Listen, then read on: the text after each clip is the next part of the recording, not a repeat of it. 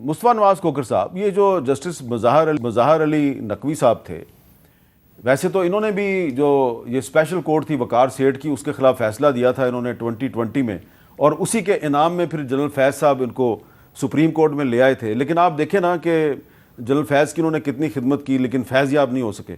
لیکن آج انہوں نے استعفیٰ دے دیا ہے. کیا اس کا مقصد یہ ہے کہ جو انہوں نے اپنی مراد حاصل کی اور اب ان کو وہ برقرار رکھنا چاہتے ہیں، پینشن بھی برقرار رکھنا چاہتے ہیں، تو اس لیے انہوں نے فیصلہ کیا کہ چلو استعفیٰ دے دو، تو اب ان پہ کارروائی نہیں ہوگی؟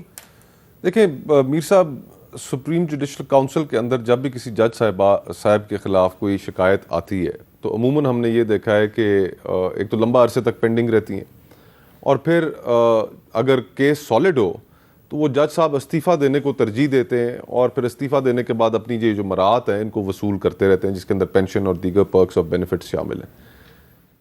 تو جو ایلیگیشنز تھیں وہ ایلیگیشنز کہاں گئیں؟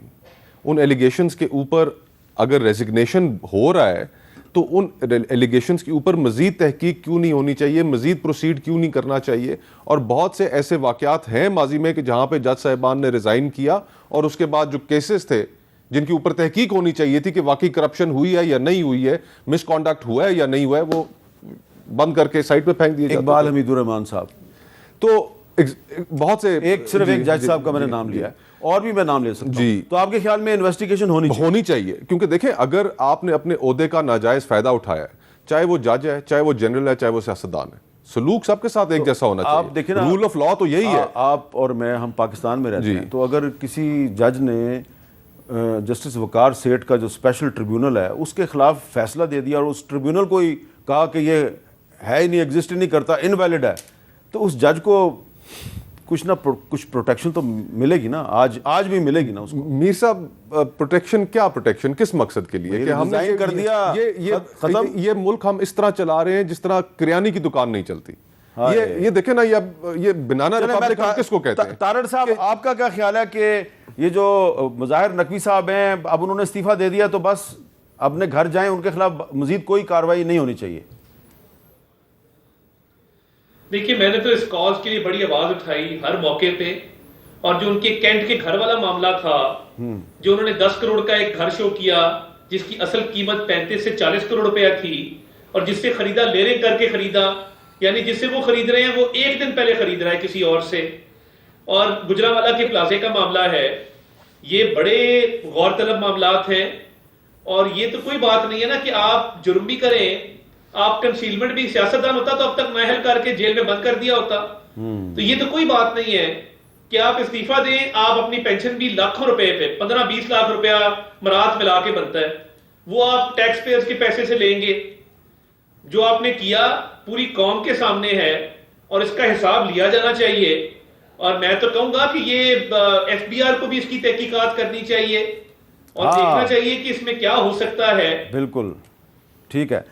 ولید اقبال صاحب، ایف بی آر نے جسٹس قاضی فائز عیسیٰ صاحب کی نہیں بلکہ ان کی اہلیہ محترمہ کی بھی بڑی انویسٹیگیشن کی.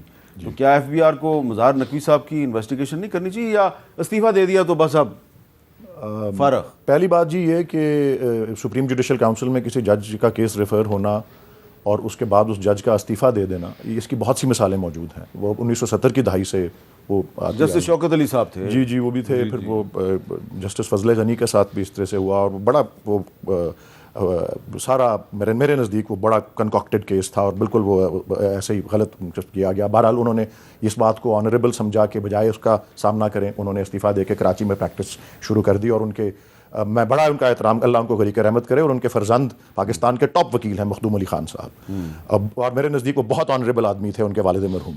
میں اقبال حمید الرحمان صاحب کا ذکر آیا، میں اپنی رائے تو دے سکتا ہوں. میں سمجھتا ہوں وہ بھی بہت آنریبل آدمی، میں آپ سے ایگری کرتا ہوں، میں وہ بہت آنریبل آدمی ہیں. انہوں نے استعفیٰ جس بھی حالات میں دیا، میں نہیں سمجھتا کہ وہ کسی کرپٹ پریکٹس کے مرتکب تھے.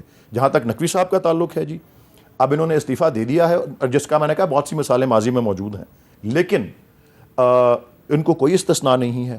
اگر انہوں نے کوئی کرپٹ پریکٹس میں انڈلج کیا ہے تو یہاں پہ ادارے موجود ہیں، نیب ہے، ایف آئی اے ہے، اینٹی کرپشن اسٹیبلشمنٹ ہے، ایف بی آر ہے.